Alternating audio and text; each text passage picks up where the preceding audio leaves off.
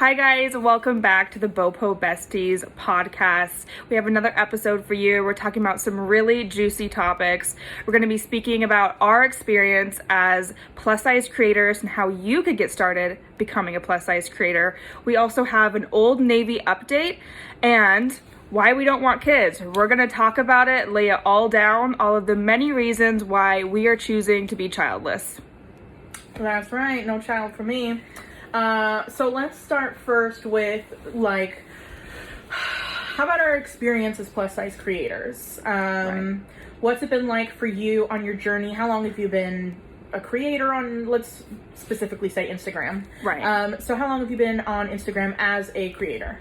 So that's a tricky question for me because I guess technically I've been a creator for about 2 years, but I would not consider myself really getting into being a true influencer or creator until I met you and Kaylee in Vegas. And that was exactly a year, almost a year ago exactly to this day, is when I really started to take it seriously and pursue it as more seriously as a hobby, but also as a potential career. Before that, the year before that, I would say it was I was posting once every week or 2 weeks, and it was just casual, more just as a true hobby than I can actually make a life out of this. What about you? How long have you been on Instagram? So I probably more than a year, but probably more like a year and a half, but I took a class by Brianne Huntsman, my coach, and it was about how to get to 10,000 followers, and that's kind of when I started to do the work and look into what it meant to grow an account. So that has been slightly over a year now, and I did hit 10K in under a year, but and now I'm at 16 or so, so it's been a little bit since I hit that mark. So yeah, that's when I started taking classes, and that's definitely when I was armed with the information I needed to really be serious about it. Yeah. Yeah. So I learned a lot from you and Kaylee. I think that again, you two really catapulted me to think about it more seriously, because before that I had really never, or I was working with a couple brands through a gifted capacity that reached out to me, but I hadn't pitched brands. I hadn't had that confidence to do that, or even really the know-how to do that. So you and Kaylee were really instrumental in helping me see the light that being a creator is a potential career, and you can make something out of it if you're passionate enough about it. I think the three of us really kind of grew up together a little we bit. Definitely too. did. We definitely learned did. together, we leaned on each other, and it's so important to have a group of people who aren't gatekeepers, who are happy to share information, which is so important and really hard to find, especially plus size, because the demand is so high for, no, not demand, what am I trying to say? There's so many of us who want clothes and so few places to get those clothes from, for example, clothes. So it kind of feels like dog eat dog and very competition, and I don't want to share these resources because then there's less for me, there's less pie for me. So it's really hard to find, and that's probably the first tip that I would suggest, is find someone or a group of people who are willing to let you in and talk, talk secrets and stuff that shouldn't be secrets, but it really is, I feel, in this arena. Yeah, it's definitely very competitive. I think no matter what niche you're in, just becoming a creator and influencer is very, very competitive, and it is cliquey, and it is dog eat dog, and there is a ton of gatekeeping and people not wanting to share contacts, not wanting to share knowledge, not wanting to share tips and tricks or what's working for them, their secrets, so to speak. And especially with plus size, like you mentioned, there's only 5, 10, 15 retailers who carry your size. There's not a lot of options, and they're only taking so many influencers to work with every month or every year. That's for paid, and that's for paid and gifted as well. They can't give 20,000 plus size creators free stuff every month. So it is competitive. And like you said, that's great advice, finding that community, that safe space where you do want to grow together and you do want to learn together and make mistakes together and celebrate successes together. And that's extremely difficult to find. It is. I think I was finding that, or trying to find that first like year, 6 months, and I was completely alone. Yeah. Like that first year that I was just doing it for fun, like did not talk to a single other influencer. No influencer really reached out to me. Actually, there is one influencer, and I do want to give her a shout out because she really helped me before I met you guys, about like a couple months before I met you guys. I Am Beauty Curve, Rochelle. She answered my DMs when I only had 1,000, 2,000, 5,000 followers. And she would give me some advice. I would ask her questions, and she was really open and honest with me. And she made me feel comfortable and confident that, okay, this community is for me. There is a spot for me here. Because it can definitely be extremely isolating if you do not have friends within the community, and I did not have any. It wasn't until I met you girls that I found that community. So I think the best, so how do you find a community? Like, that's the question. Like, okay, it's very hard to find them. How do you find them? I would say don't be afraid to reach out to people you genuinely like to follow. So if you're following a fellow creator that you're drawing inspiration from, you want to be like them, or you like their content style, their editing style, reach out to them, ask them questions, get to know them. Just make normal conversation, answer their stories, or be like, oh, I love that movie too, or this or that. Try to form like a genuine bond with people first. Yeah. Go after the friendship, not the information. After the friendship. Definitely build a friendly rapport. Like, comment on posts, and like she said, respond to stories. That goes straight to the DM, so that's even better. And naturally have conversations, and you might have to do a lot of the legwork because of that like gatekeeping feel. It's kind of like, what does this person want from me sometimes? Right. So if you go at it genuinely making a friend, you're more likely to actually find a friend and one that is willing to collaborate with information. And if you're fake, they'll see through that too. Yes. Like if they're like, oh, I love that, so what's your contact for this brand? Like, they're gonna feel used, and that is like, you don't want to use people either. Like, you want to form genuine connections in the community and form genuine friendships, and then from that you guys can learn together, grow together, things like that.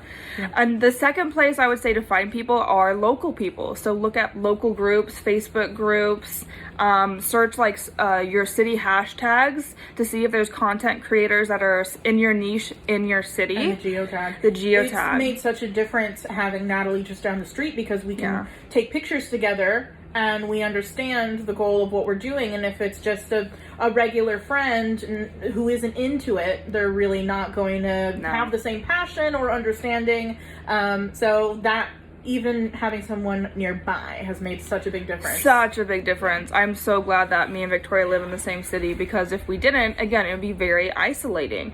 Like, even if I did have a bunch of creator friends online, okay, I can text them this and that, but I would be doing all of my photo shoots alone. I would be, putting outfits together alone, doing this alone, wouldn't have anyone to hang out with, or like vent to, or have like deep conversations about the industry with, So definitely try to find someone in your area, and I bet you, like, no matter what city you're in, unless you're in a city that's like less than 20,000 people, but if you're in like any major city or even mid-sized city, there's probably someone who's interested in the same things as you, or doing the same things as you. You just have to find them. Yeah, it's a lot of work, even just finding friends, but you got to put that work in if you want that companionship. And I think it makes such a big difference with growing your own account, with helping you move forward, and having that shoulder to lean on and someone to bitch with. It makes a big difference. So finding your people would be my number one tip to anyone who wants to, regardless of what size you are and what niche you're in, anyone who's trying to be a content creator, that would be like my number one tip. Yeah. So Natalie, for someone who's specifically plus size trying to get in on this, What kind of suggestions or tips would you have for someone just starting out? Well, my number one is just to start, because that was my main problem. I wanted to do this for years. I would say at least like 5 years. Like since I was like 17 or 18, I've wanted to do it. I bought the equipment to do it. Originally I wanted to be a YouTuber actually. So I got like the backdrops, the videography kind of cameras, all that stuff. And I just put it off. I put it off. I kept putting it off. And the first step is just starting and being consistent. So just start posting. It doesn't matter if it's on your iPhone. My first year of photos was only on my iPhone, and I still grew, and I still, you know, made friends and got followers and connected with brands. So even if you just have an iPhone, great place to start. You don't need the fancy equipment. You don't need to invest a lot of money. You can shoot, you know, if you're doing fashion, the fashion you already have. If you're doing makeup, the makeup you already have. You know, whatever your hobby or interest in, you probably already have some of that stuff. Just shoot that. And be creative and try new things and try different things, but just get started and be consistent. And don't search for perfection right away, because that will only hinder you. Yeah, absolutely. It's about progress, not perfection. And honestly, even starting off with something that you might consider not the best work is fine, because you're going to get better. And then you can reflect on what you used to do and be like, wow, I've really come far. And that's perfectly okay. And people are going to want to follow you on that journey too. So you have a lot to give. And if you're willing to give it, jump on in and, you know, give it. I was going to sing, jump on in, the water's fine. That's right. BoPo. That's like, thanks TikTok. That's right. Jump on in. It seems scary. It definitely is scary at first. It's intimidating. And it's easy to be like, is someone going to judge me? My first fear was like, is my family going to find out? Are my coworkers going to find out? Are people in real life? You know what I did? This is my second tip. Block them from the beginning. Make your influencer page. Anyone you're scared of seeing or you feel like, I don't want them to know, block them. Block them from the gate. Don't use your real phone number. Create a different email so that it's not hooked up to your phone or like professional or personal emails or phone numbers, and block people that you don't want to see it. And that's what I did, because I was more nervous about people in my real life seeing it than strangers on the internet. And it wasn't until I got to like a comfortable place that I could unblock them. But I know like for certain workplaces as well, they, you know, you don't want them to see certain things. See, I don't give a shit, so I just used my personal and just started taking it seriously. My thing was, can I actually do it? Can I be an influencer? And a friend of mine said, yeah, you could totally do it. And that's kind of all I needed to hear. And I was off to the races. So I didn't really care about being private. That caused some problems, didn't it? At work and stuff. Did it? Well, for example, you want to call out sick to go do a photo shoot or something. You can't post about it on your stories, because they'll watch your stories to see if she really sick or not. Well, the job that I was at, I probably would have told them that I was going to go do a photo shoot. I know, but I'm just saying, like, for other people, yes. I think for most people, I would definitely keep it separate, and I would block those people from the get-go so that they don't find it, they can't judge you, and you can't have, like, consequences for it. For like work or something, or even family. You know, some families are very judgy, I know, that are like, oh, this looks bad, or oh my god, this is ridiculous, or oh my god, why are you doing this, yada yada yada. That can really kill your confidence in the beginning when you have a friend or a family member or a coworker laughing at you like, haha, you're trying to be an influencer, okay. Like when you're fresh out the gate and you have 50 followers, that's going to kill your confidence. So that's why I say, don't tell people. Well, see, for me, a coworker of mine made me a birthday cake once, and she printed out one of my, like, butt naked pictures and put it on the cake, and it was hysterical. That was a coworker? Yeah, it was a coworker. See, I feel like I want to avoid that at all costs. I feel like that's an HR nightmare right there. The picture. Oh my god! Yeah. How is that legal?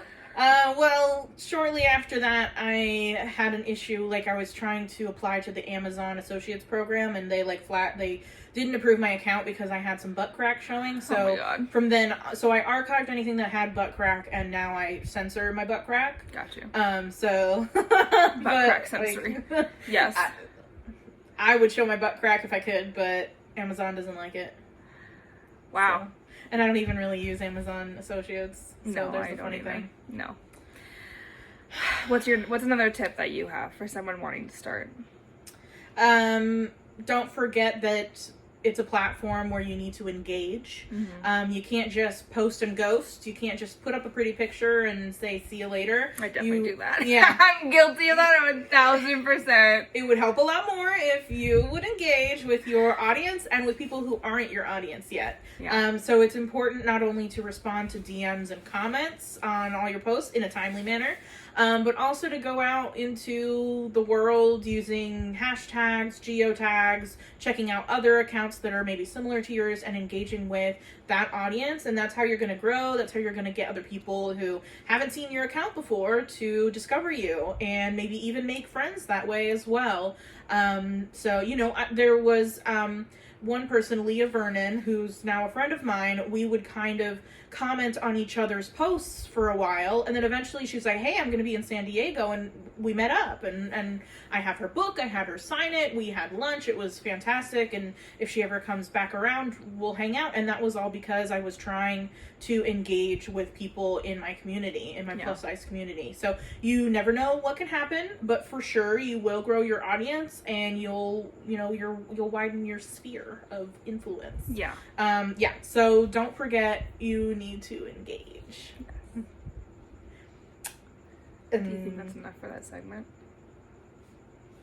Those are some pretty good tidbits. That was like 16 minutes. Side note, I do have an account, Fly for a Coach, where I coach creators and businesses. So if you need any one-on-one coaching, holla at me. I get it for free. Yeah. I'm very lucky. Yeah. And it definitely is extremely valuable information. Yeah. Victoria has taken so many courses to prep her and prepare her to be a literal influencer. I have she the took knowledge. Courses on how to be an influencer. Yeah. So she's got it. And I can definitely tell people what to do better than me actually do it. Yeah. So take her advice, but Please. she doesn't. Was it? Take my advice, but I don't do it. Do as I say, yeah, not as I do. There you go. Just do what I say. All right, so now let's dive into Old Navy updates, because they've had a real big update lately. So Natalie, what is it? Tell us all about it. So they are now selling all of their plus size clothing in store in all of their stores, except there's a little asterisk there, except the size 28, correct? I think it's 30. Or is it 30? I think the 30 is okay. Still So online. it's like 00 or whatever the smallest is. Sorry, I don't know. Up to the 28 in store. Yep. If you're a size all 30, together, not in a separate section. It's all together. Yeah. Same price. No back of the store. Yeah. Same price, coupons apply for everything. So they really even the playing field. It's great to see a company who took the advice that they were given. People were saying, hey, Old Navy, we were calling them out. There are multiple influencers who really called them out hard in the stories, tagged them saying, this is not okay. They led campaigns. They led campaigns. Email campaigns. And I don't think it should have had to gone that far to make change, but they made the change. Yeah. And it's a spectacular change. I would love to see more stores follow in the footsteps. In the wake of all these stores dropping their plus line. Right. This is bare minimum. We shouldn't have to beg for this. Not to beg. But because things are the way they are, it's a pretty big deal. It is a big deal. It is a big deal, and it's very refreshing to see, and it does finally feel like a win, because like you mentioned, I feel like we've been experiencing so many setbacks this year, especially. There's been so many setbacks. I think it was Loft that cut the plus. Completely. How many stores don't have plus in them? I think Simply Be is no longer in the U.S. That was really? I don't know. That wasn't super recent, but yeah. Yeah, there's just a ton of companies cutting back, or it's online only, or just refusing to expand, or saying, well, it's coming, but it never comes. And then Swimsuits for All had a thing that, there's a whole other issue, but they had a drop that didn't go past a certain size. I forget. Yeah, it was a 14. It's like swimsuits for just up to people who are size 14. Swimsuits for thins. Yeah, swims for thins. So there's issues there, even at a place that is supposed to be inclusive and does have items that go up to a larger size. But if you look at the designs, if you really take a look, Yeah. So the fact that you can get the exact same designs in straight size and plus size, all on the same rack for all the same price. And coupons apply. All we've been asking for. And we're not shoved in the back or online only. Yeah. Like, you can walk in. So from now on, you can walk into an Old Navy and find an item. That is so refreshing. And it, honestly, like, this is what I think of, because when I travel, I'm like, what if my luggage gets lost? What if I forgot something?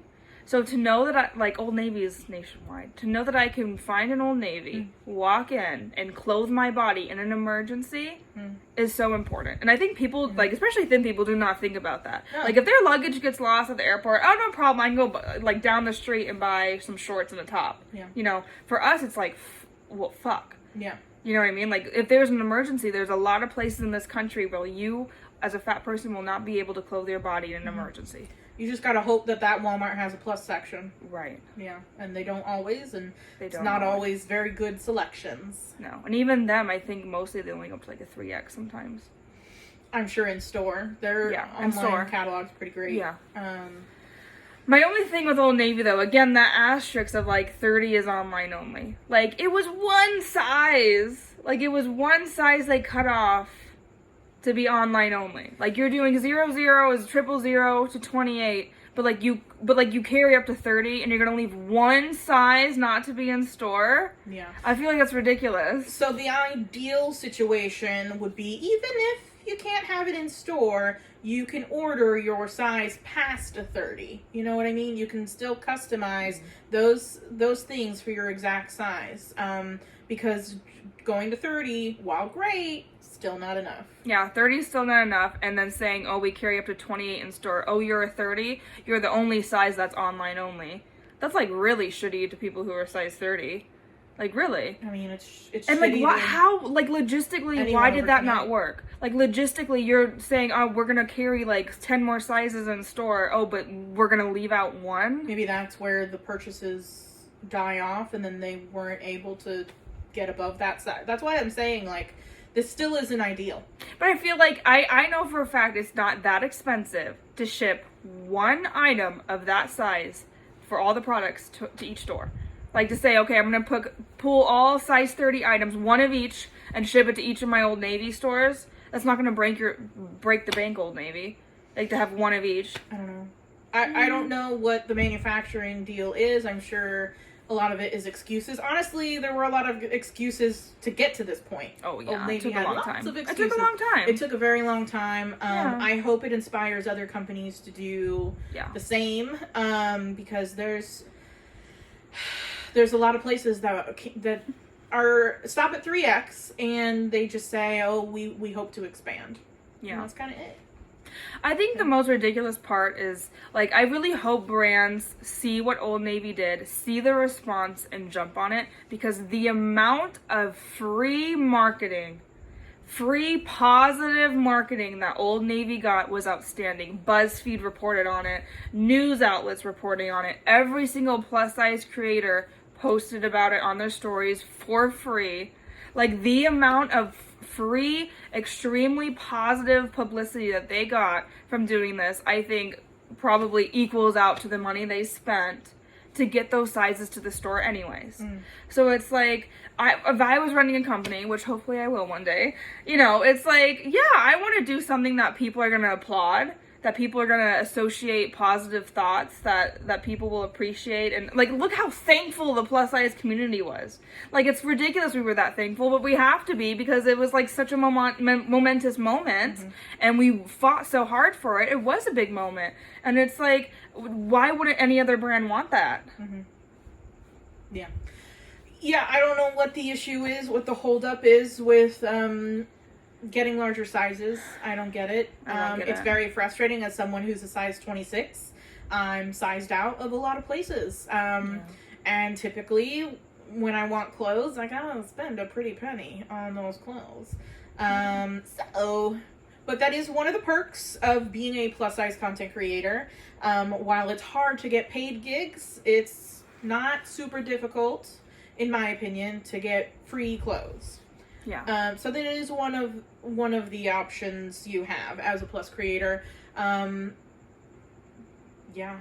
that's kind of how I'm dressing myself these days, is with free clothes. Absolutely. I haven't paid for clothes unless there's something really, really special that I want.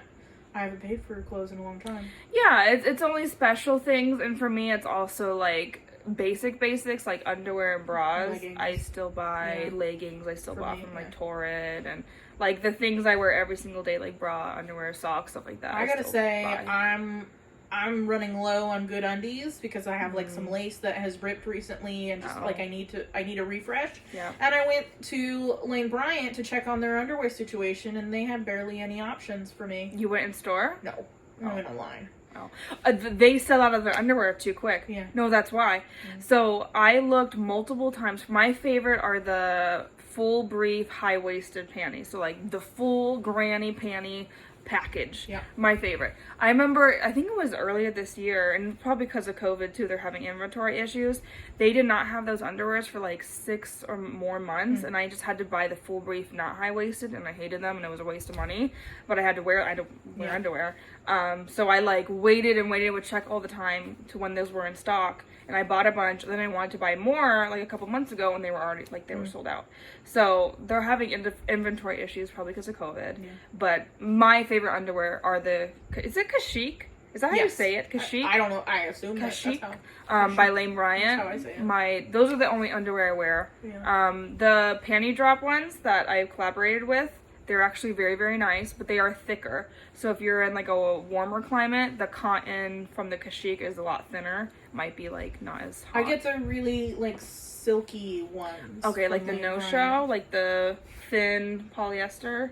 I don't know exactly what it's called, but it's got the butt cinch.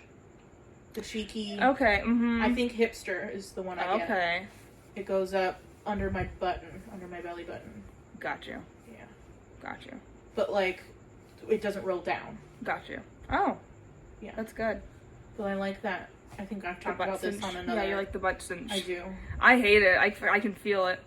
And I'm a cotton panty girl. If I don't wear cotton panties, bad things happen down. The pH goes wild, and it's not good. So yeah, like even sourcing our favorite underwear is a fucking challenge. Oh, that's a really good. If you have like pH issues down there, I should just talk about it because I know about it because I used to struggle. Only cotton panties. Okay, do not wear underwear to bed. Wear loose pajamas that air out that area, ladies. I sleep naked. I don't wear nothing. Well, good. You're airing it out. You need to air it out. Do not wear underwear to bed, but when you do wear underwear, cotton only, and then definitely use like a nice, I don't know, just vaginal washes. Is that what they're called? Like not the ones you go in, so not a douche, but just like a St. Ives, not St. Ives, or Ivy. Summer's Eve. Summer's Eve. There we go. Yeah. Summer's Eve, or I use a generic Walmart brand. A Lady Bits. Yeah, wash like a special pH balance wash. Yeah. It'll save your life. It'll save your life. Keep that vagina healthy. You have to. We're looking out for you. We're looking out for you. Keep it healthy, ladies. Yeah. Especially in the summertime, it can get bad. Oh. It can get bad. I got terrible heat rash on my thigh the other night. Oh, no. I put baby powder on like 3 times. Ouch. The only thing that helped was having underwear on to keep my thigh off my fupa, I guess, is where it was rubbing. Mm-hmm. Yeah, that was rough. It was a rough time. Ouch. Especially because I had a dick appointment the next You night. should get what my husband has. What is it? Well, it's the Old Spice brand, but they have like this special spray. I'm telling him all his business, but there's this like, I guess like a baby powder spray or some kind of spray. It's like an anti-chafing spray. And it like he just sprays on, powders the whole area, and he's good. Oh, that's nice, because with the baby powder, it gets all over the hands, and then it's all over the floor. No, it's like a spray. Okay. I like it. I wonder if they have like different scents, maybe a female version or something. I mean, I'm even fine. Like, Old Spice smells really good. Great. I'm fine with that. Yeah. Yeah, I'll have to check that out. He has bought like 10 cans of it. He loves it. Cool.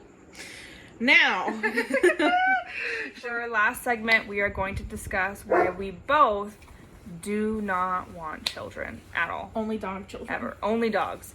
I'm very serious. I love animals. I think, as you guys know, if you watch my stories, you would know that I absolutely adore animals. So my dogs are definitely my children. Yeah.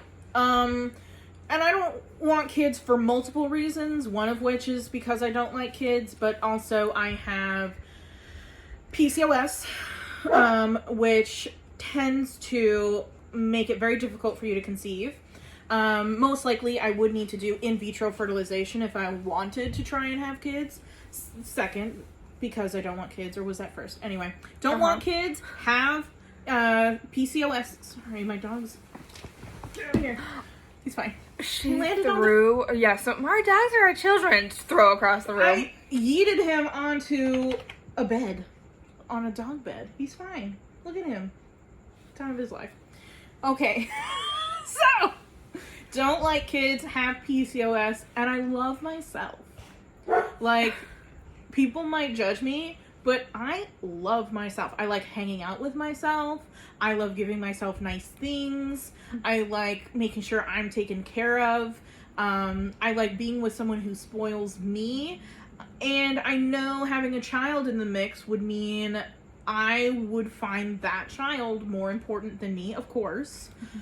I don't want that. I want to be my number one. Mm-hmm. And I'm okay with that. Okay. I want to be the cool rich aunt. That's exactly what I want to be. Yeah. My sister's going to have kids, so I'm going to get to be the cool rich aunt, which I'm very excited for, but I just You play with it, you give it toys, you hand it back. That's right. Yeah. You weekend mommy. Yeah. Just for the weekend. I don't know about a whole weekend. Yeah. I have some of the very similar reasons as you. Like, one, well, I don't have PCOS. Well, I might. We don't know. But I've never tried to get pregnant, so I wouldn't know if I could even have them. But I'm going to assume that I can, and then I'm making a decision. One, pregnancy completely scares the like, giving birth is the scariest thing I can think of. I mean, people do it multiple times, so it's got to be okay. No. The like, I am deathly afraid of birth. That's number one. Yeah. Number two, well, it's not like the main, but that's one of. Number two. Having other people have the children for you is expensive. It's very expensive. Okay, but that's the thing. Okay, so, like, number two, I just, like, don't want kids. Like, I just don't like kids. I don't connect with kids. Maybe it's because I'm the youngest, so I was never around children, and I've never even held, like, a baby. See, I was around children, and I did have to take care of my cousins, and I had no patience then. Got you.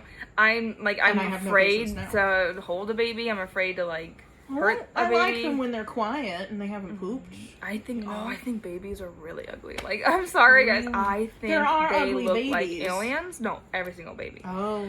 I think they are really gross looking. And they're gross, and they poop, and they can't talk, and it's like, they don't pay bills. I don't like it. They don't pay the bills. They're very expensive. Sorry, guys, we're having technical difficulties again. We just can't seem to get it right. But yeah, just babies, I don't particularly like. Children, I don't particularly like. I don't really connect with them. I don't know how to talk with them, interact with them. Yeah. I don't know what to do with them. And then, yes, they're very expensive, and I want to live my life for me, so that sounds very selfish, and that's okay. I do want to be selfish. Like, I want to do whatever I want to do, whenever I want to do it. I want to buy whatever I want to buy, when I want to buy it. And I don't want to be, like, having a dog already kind of holds you back. Like, you know, who's going to take care of my dog when I'm gone, and this and that. You can't just move. You can't just, like, get on a plane, you know. Got to make sure your dog's taken care of. But a kid is, like, that on steroids. So the dog is enough responsibility and enough. A lot more limitations. Yes, a lot more limitations. Yeah. And I just don't have, like, I think ultimately, like, the number one reason at the end of the day, I just don't have that maternal instinct. And of, like, I really want kids and I really want to be a mom. Like, I think of that and I'm like, ooh, would I be a good mom? Probably not. And I just don't have that urge to have children. And then on top of that, you have, like, all the world issues and, like, climate change and, like, the kids, like, born now or might not make it to 80, you know, and it's like, that's intense to have a child in this day and age when you don't know if the world's gonna be here in 100 years, you know? Yeah. So there's just so many reasons. So many. And I think there's that, like, tug at your humanity to leave something behind, to leave a legacy and have something that continues beyond yourself. And I understand that, but I want it to be a company. I want it to be something that employs other people and affects other people's lives in a positive way. Not some snotty-nosed child that I hate, which I probably would. I have a bad attitude. My child probably would too. Like, yeah, you have a bad attitude. You'd be a horrible mother. I was just about to say I'd be a great mom, okay? I think I'd be a good mom. But I don't want to be. I think you'd be the worst mom of all the moms. You have zero patience and you're always in a bad mood. That kid would learn not to fuck with me. That kid would learn to go in the room, close the door, and not ask for anything. Obviously, I'd pay for therapy. Oh, age 1. Yeah. Go to your therapist for 2 hours. Yeah. Oh my god. No, it's too. That's like I don't have the desire to do that. I think I would. I think my instincts would kick in, and I'd be a good mom. But I don't want to. I don't want to have to. I don't think you got those instincts. Whatever. I feel like if anything, I am like maternal with my friends, and like I think I have maternal instincts for people like that are already alive. I take care of that them I sometimes. like. Yeah, sometimes, but. You're probably the least maternal woman I've met, honestly. You know, like, Kaylee's very maternal. Yeah. I feel like I'm the second maternal. And then you're down there sipping a pina colada saying, honestly, the thought of watching my niece for a whole weekend sounds rough. Then there you go. But I like the baby stage. Like, they're cute and snuggly. I don't like the baby stage. Only when there's like an hour every day that they're cute. And so you want them for just that 1 hour a day? They've been burped, and so they're asleep. Be a minute before so they're unconscious. You want them only when they're unconscious for 1 hour? I like the giggles. The little giggles. No. If anything, I like the toddlers, because like they can talk. That's the worst. But they're not like that smart yet. Like they're conscious, but they're not like highly conscious beings yet. Like maybe 1 year old, and then oh really? Garbage. Oh, I feel like I'm okay with like the 3 to once they learn the word no. 5. Yeah, so we're gonna be no children. Yeah, folks. What am I trying to say? Childless. Childless. Hot aunts. I'm excited to be DINKs. You know what DINKs are? Ew, that. Dual income, no kids. Oh, that's... Not a twink, a DINK. Yeah. Dual income, no kids. That's me and my husband. Both working. I thought it was double income. But it's fine. Either way. But I don't like it. Dual or double. Yeah, double income. I'm gonna be a DINK. I'm gonna be a DINK, baby. Yeah. That's what I want for my life. I mean, even if it's just me solo, I'm gonna make it happen for myself and treat myself. You're gonna be a sink. Throw it all in the sink. Call it a day. I am the kitchen sink, baby. She is a kitchen sink. Everything but the kitchen sink. That's Victoria. You leave a kitchen what you're sink missing? Out of it. That's Victoria. My disposal is broken. Oh my gosh. I only run cold water. There you go. I'm a big old basin sink. Oh my gosh. Though I will say there are times, rare, that I'm like, that legacy thing comes into my mind. And it's like, I'm going to have all this money and all these properties and all this stuff, all these clothes. And like, who are you going to leave it to? It's going to be my sister's kids. But what if I don't like them? That's why I'm saying I want to build a company. I want to build something that where I can employ. Who are you going to get? Okay, who are you going to give the company to? Hopefully, you're like top employees? Have an excellent employee that I like. Gotcha. Or maybe I have friends at the time, or maybe if I have a significant other, maybe they have family that it would be appropriate to, I'm not, why am I worried about the stuff that I'm gonna leave when I'm gone? Because you're gonna be dead, so it doesn't matter. Like, donate my body to science. If anything, what I want is I want my body to be in a museum. I want to be donated to science. Haven't you seen those ones where, like, they show you all the blood vessels and stuff? Or doctors can experiment on me. That's fine, too. Yeah, there's like, this traveling museum of, like, human bodies. Okay, I've heard about it. Yep. Yeah, I want to be on display. Oh. I think that'd be fun. So you want to be famous even when you're dead? I don't know about staring at like, you. People could just come and look at my little, fleshy, little sink body. I don't know about that.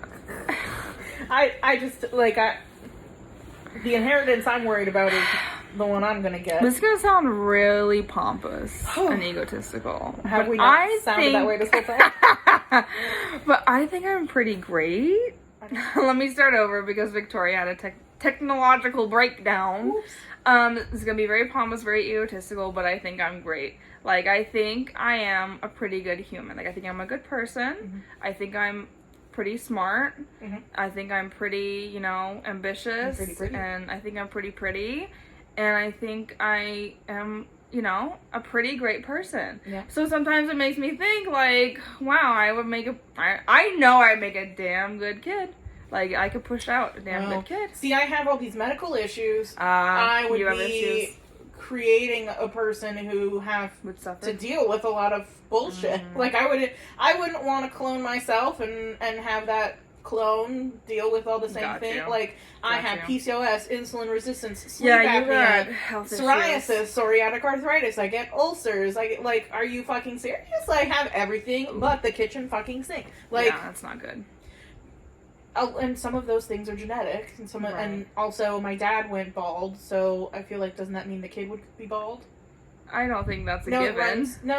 It's like the mother's gene. But I don't think it's like 100%. Anyway, like, it's all so they'd be like bald my brother too. And I, we say that it's not a gene pool, it's a cesspool, and that's what I would be giving. That's a great saying. I like that. Yeah. I mean, and then there's also the idea of adoption, but again, like, no thanks. Like, I'll donate money. I would just be too intensive. I'd be a helicopter mom, but, like, you gotta get A's, and you gotta achieve, and you gotta do that, and you gotta be like me, and you gotta be smart, and you gotta be pretty. See, I want the older ones that really don't need a lot of guidance, if anything.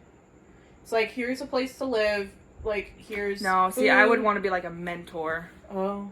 Like, boot camp. I'd be like, I'd love to help you stay out of trouble and provide you a place to stay. If anything, like, here's a granny flat. Like, oh, yeah, so come and go when you please. Got you. Hands off. It'd be like, I don't know, like a little mini orphanage. No, I wouldn't. Oh. What am I saying? it was just, they could, like, a halfway house? Like, what is that? I don't know, until they're, like, ready to go off on their own. Like, oh my goodness. I don't know, because it's like the older ones that don't get adopted anyway. No, but I feel like they need the most guidance. Oh. Because they've been in the foster system, to come over or they've guide been them. Yeah. You can guide them, and I'll clothe them and give them. So I don't know. Maybe we'll adopt or foster or something.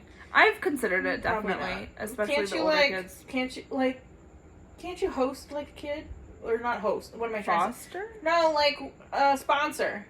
So like you pay for their stuff, but you don't see them. Send them money every month. You could do that. I mean, that's still a nice thing to do. Yeah, it's still a nice thing to do. There you go. Throw money at the problem. I mean, they gonna complain? No. That's what I'm saying. It all comes back to having a successful business. It'll employ people, and then I'll donate money to charities, and you can give back to the world. Yeah. Instead of this, like, decrepit little creature that comes out of me. Like, oh my god. With all these problems, like a financial burden, emotional burden on me. No one's gonna like it. It's probably gonna be ugly. Like, wow. Not See, no, so I know mine later. would be like, come out in a full gown, just looking like a saint, like an angel. You're gonna make a dress in your womb. It's gonna be like Mary reborn, Jesus reborn. That would be my child. But I just can't take care of you. Sorry. I think the last thing the world needs is a baby machine. A baby machine? Like popping the babies out and here you go. Yeah. If anything, suck them back in, baby. Suck them back in! On that note, thank you guys so much for watching our podcast. I hope you enjoyed our banter and very interesting thoughts. We just say them. It's unfiltered. So thanks for watching. We do. Where can you find our podcast? Or listen. Not everyone's watching. Oh, listening or watch. If you're listening, follow us on Instagram. I'm at Natalie D. Victoria is at Fly for a Ginger and also Fly for a Coach. We would love to see you there. Hop into our DMs. And we would love to talk. Oh yeah, and at BoPo Besties, of course. This is the BoPo Besties podcast. Hi. Follow all of our pages and also hop in our DMs if you want to talk. This podcast is available wherever you podcast. That's right. Spotify, right? Yeah. And I don't know where Apple else. and iTunes, Google and Apple, Google. Yeah. Just Google it. I mean, yeah. Alright, guys. Thanks so much for watching and listening. Thanks. And see you next time. Bye. Bye.